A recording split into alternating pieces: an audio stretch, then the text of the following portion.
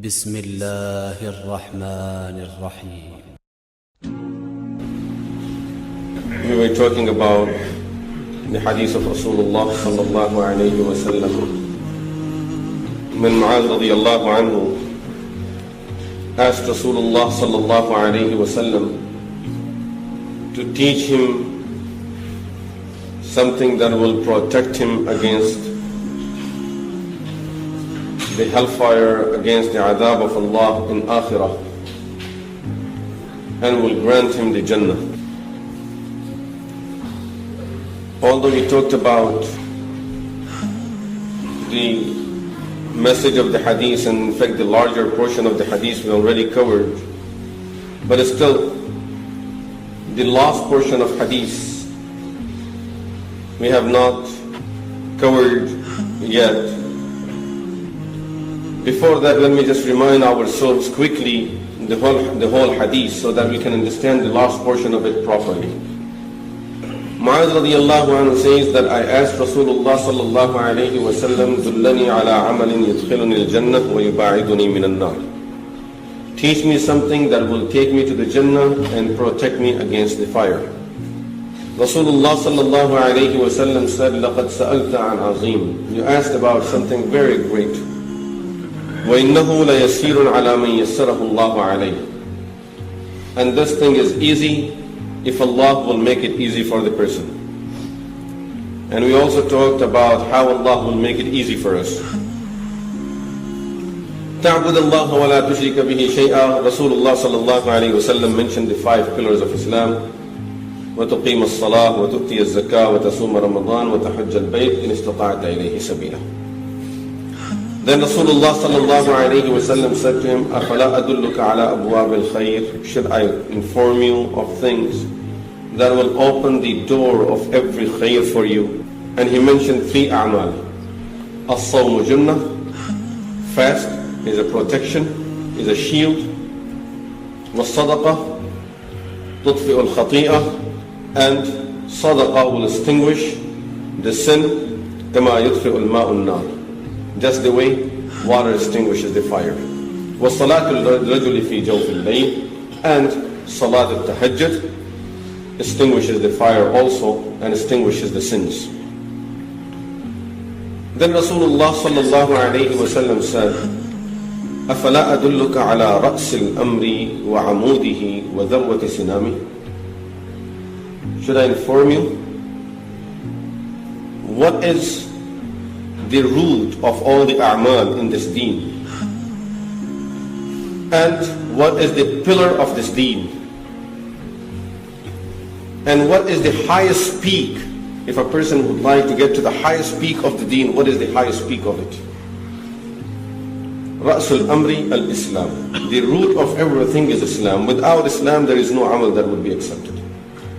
So that is the root of everything. A person has to be a Muslim. And this is also a part of Iman that we have to really talk about, teach our people, and make it very clear that Ra'sul Amri al-Islam, that the root of everything is Islam. Without Islam there is nothing.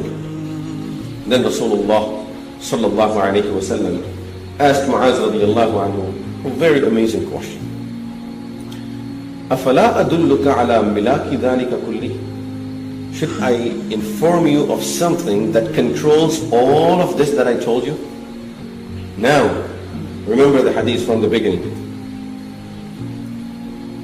دُلَّنِي عَلَىٰ عَمَلٍ يُدْخِلُنِي الْجَنَّةِ وَيُبَعِدُنِي مِنَ النَّارِ. Something that will take me to Jannah and protect me against the fire. Rasulullah sallallahu alayhi wa sallam mentioned the 5 pillars of Islam. Then he told him Abwab al-Khayr. Then he told him what is the root of everything and the pillar of this deen and the highest peak of it. Then he says, should I tell you something that controls all of these things?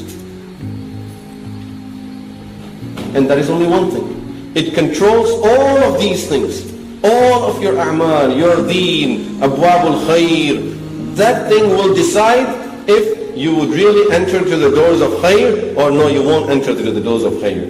That thing will decide if you really will do the a'mal that will lead you to Jannah or not. That thing will decide if you will be doing the things that will protect you against the punishment of Allah or not. If you can do it, if this person can do it or not. أَفَلَا أَدُلُّكَ عَلَى مِلَاكِ ذَلِكَ مِلَاكِ مَا يَمْلِكُ, something that will control, that owns all of these things, that controls all of these things. He said, sure ya Rasulullah. Rasulullah sallallahu alayhi wa sallam, pointing towards his tongue, he said, أَمْلِكَ عَلَيْكَ هَذَا, control this. Control your tongue. This tongue will control all of these things. Amazing.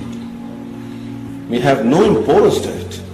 We never even consider this part of our deen for me to control my tongue. Salah, zakah, abwab al-khair, fast, all of these things, yes, we will try. But when it comes to controlling the tongue, what are we saying? We never even pay attention to it, and we never consider that this thing could be part of my deen. It could benefit or it could hurt my deen.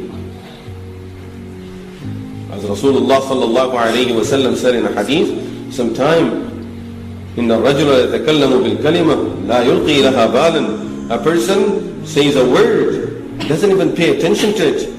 يَهْوِي بِهَا فِي جَهَنَّمَ سَبْعِينَ خَرِيفًا. Because of that one word, this person will be thrown into the hellfire, and his position and this destination in hellfire will be so far, he has to go so deep that it will take him 70 years just to get to where he's supposed to be. 70 years just to get where he's supposed to be because of that one word. أَمْلِكَ عَلَيْكَ هَذَا, control this. Rasulullah sallallahu alayhi wa sallam said in the hadith is in the Sahih, مَنْ كَانَ يُؤْمِنُ بِاللَّهِ وَالْيَوْمِ الْآخِرِ. Look at how strong the message is being presented. مَنْ كَانَ يُؤْمِنُ بِاللَّهِ وَالْيَوْمِ الْآخِرِ. Whoever believes in Allah and believes in the last day, فَلْيَقُلْ خَيْرًا أَوْ لِيَصْمُتْ, should say a good word or stay quiet. He says, if you believe in Allah, if you believe in Akhirah, then just say a good word or just stay quiet.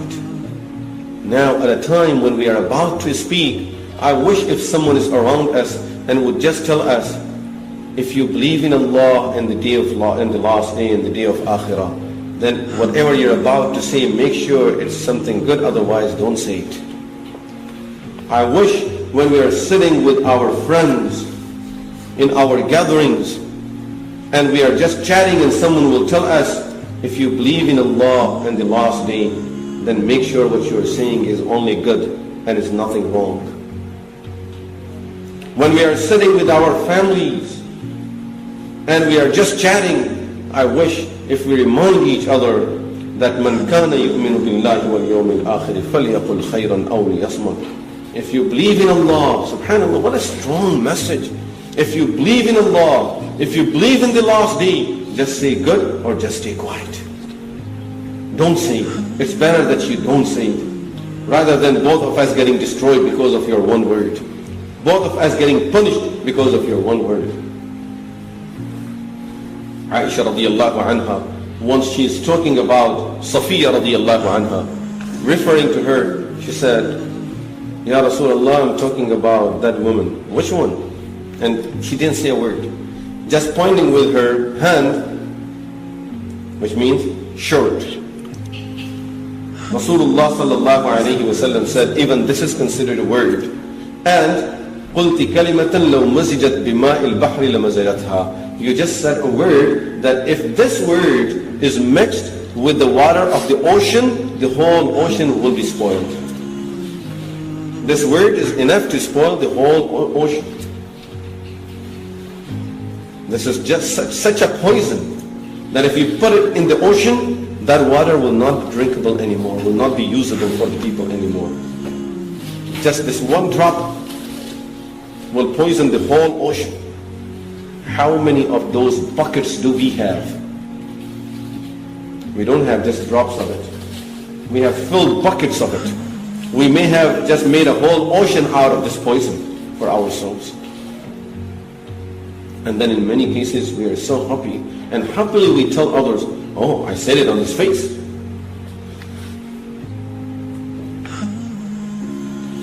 And really we are proud of it. Subhanallah, amazing. A person commits a sin and then comes out and being proud of it too.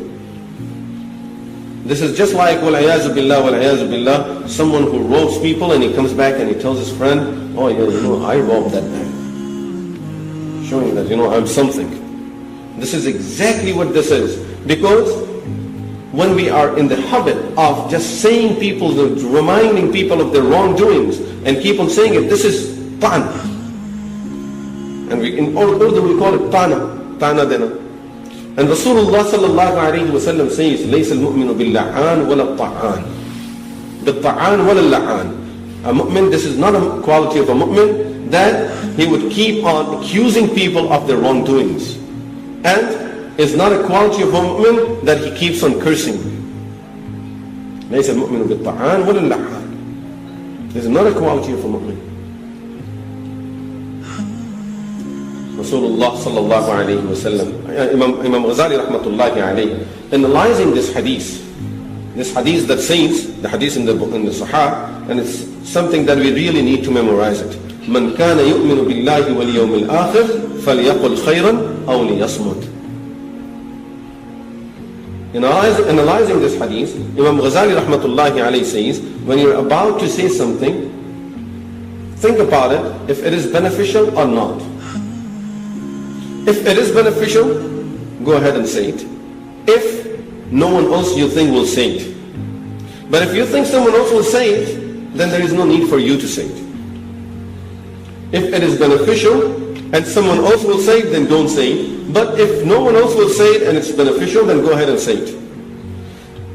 If it is not beneficial, then don't say it, because you are not saying khayr. You are not saying a good word. And the hadith says, say good or stay quiet.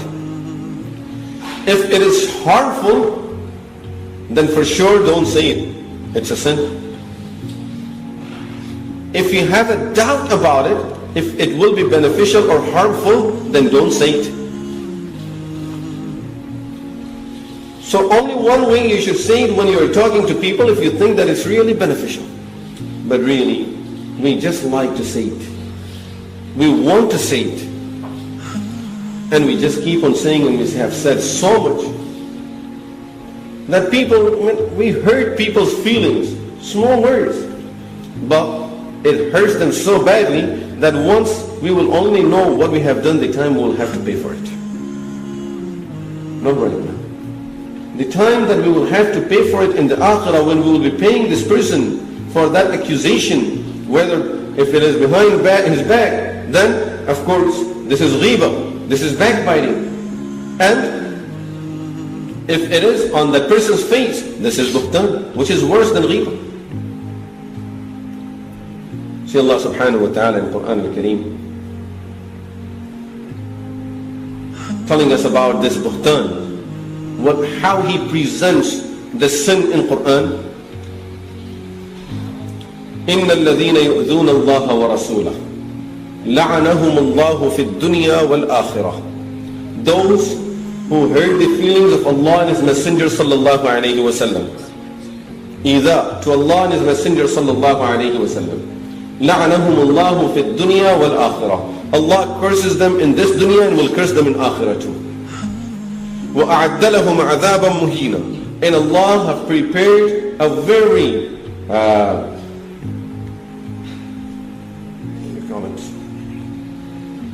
humiliating punishment for them. وَالَّذِينَ يُؤْذُونَ الْمُؤْمِنِينَ وَالْمُؤْمِنَاتِ بِغَيْرِ مَا اكْتَسَبُوا. And those who hurt the people of Iman, men or women, مُؤْمِنِينَ وَالْمُؤْمِنَاتِ بِغَيْرِ مَا اكْتَسَبُوا, for things they have not done, فَقَدْ احْتَمَلُوا بُهْتَانًا, they have carried buhtan on their shoulder. This is buhtan. Someone haven't done it, and we are accusing them of it. فَقَدْ احْتَمَلُوا بُهْتَانًا. Allah is combining this with that sin of إِذَا of Allah and His Messenger sallallahu alayhi wa sallam. Right after that He mentioned this, said that وَالَّذِينَ يُؤْذُونَ الْمُؤْمِنِينَ وَالْمُؤْمِنَاتِ بِغَيْرِ مَا اكْتَسَبُوا فَقَدْ احْتَمَلُوا بُهْتَانًا, they have carried a buhtan, وَإِثْمًا مُبِينًا, and they have carried a very clear sin. They are openly sinners in the eyes of Allah. They are criminals in the eyes of Allah, in the records of Allah. This is what once Rasulullah sallallahu alayhi wa sallam was so upset about it. He came out, and especially in those days, this was the habit of munafiqeen, that they used to talk about Sahaba Ridwanullahi alayhim ajma'in, about the people of Iman.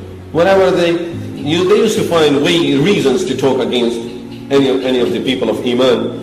Rasulullah sallallahu alayhi wa sallam, one day he was so upset about it, he came out saying to people, Ya ma'ashara man amana bilisani, O those who are Muslims only by your word of mouth, وَلَمْ يُدْخِلِ الْإِيمَانُ فِي قَلْبِي, and Iman and Islam have not yet entered into your heart. لَا تُؤْذِي الْمُؤْمِنِينَ, don't hurt the feelings of the believers. Don't hurt the feelings of the believers. And when you're doing this, you have Iman only on your word, on your tongue, you don't have Iman in your heart. This is how upset he was with those people. That's why Rasulullah sallallahu alayhi wa sallam said in another hadith, short hadith, something that we all can memorize it easily. Man samata naja. A person who will stay quiet, he will be safe. And then the scholars, they started talking about, they talk in detail about the evils of tongue. And really, this tongue, there are so many evils attached to it.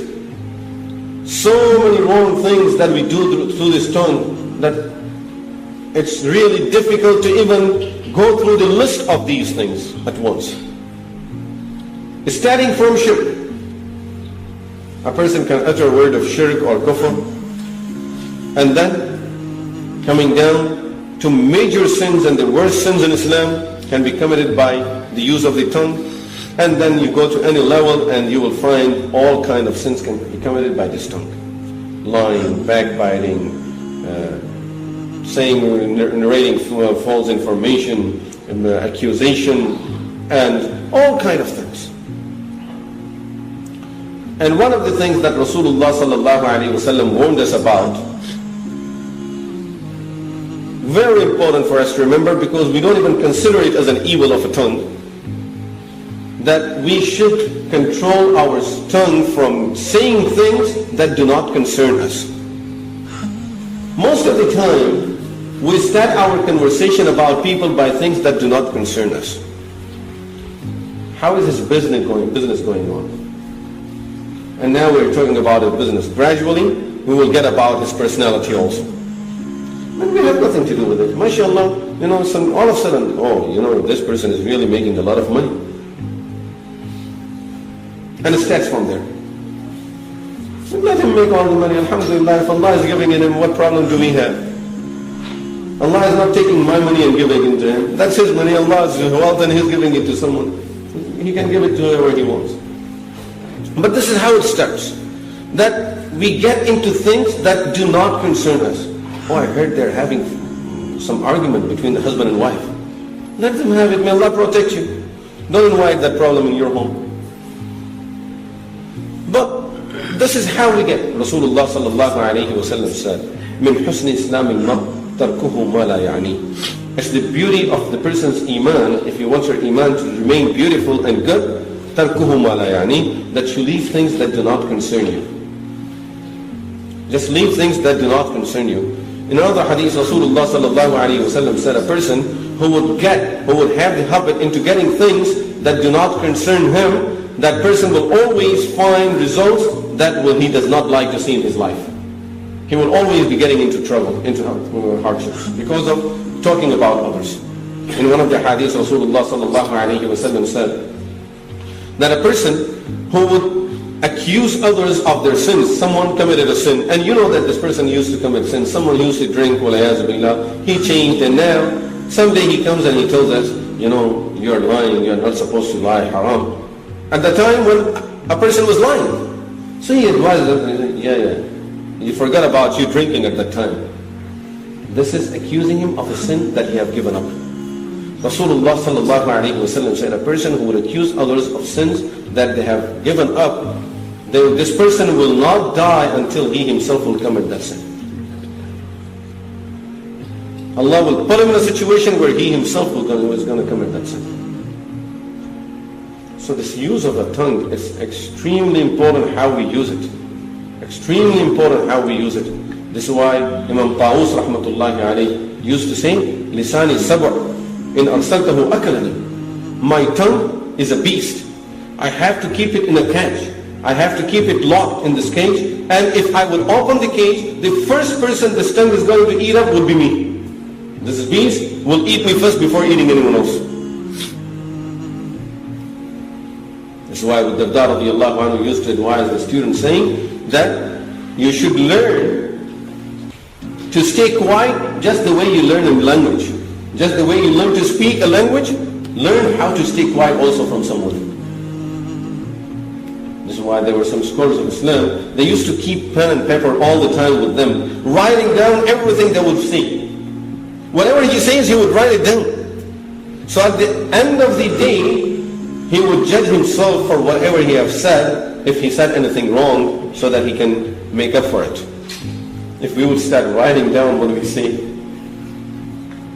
we will really need a big hard drive of a computer just to record all of this. But the point is, we have to take it very seriously. Be extremely careful that when we are saying things, many of us, we may have the habit of accusing others, or just saying things to hurt people's feelings, reminding people of their faults. These type of things are not good. Then backbiting, then it goes to a false accusation, and these type of things. These are all very destructive things to our iman. Let's quickly remind ourselves of this hadith of Rasulullah sallallahu alaihi wasallam. أَفَلَا أَدُلُّكَ عَلَى مِلَاكِ ذَلِكَ كُلِّ. Should I inform you of something that controls all of this? Controls your salah, your zakah, your abwab al-khair, if you would be heading towards khair or not. That controls all of this. That is this tongue. This tongue will decide. It controls all of this. We control this, inshallah, a'mal will be straight. And Allah subhanahu wa ta'ala will open the doors of khair for us. And if we don't control this, because of this, a person really goes too far away from these good things. And even if a person would do them, will not benefit from them. You know, I just remember, I'm not going to mention any names, but very recently, out of the scholars that have passed away recently, one of them initially, he used to, he was in the field of debating with other groups. And sometimes, as part of his field, he used to debate with some of the Muslim groups that are into bid'at.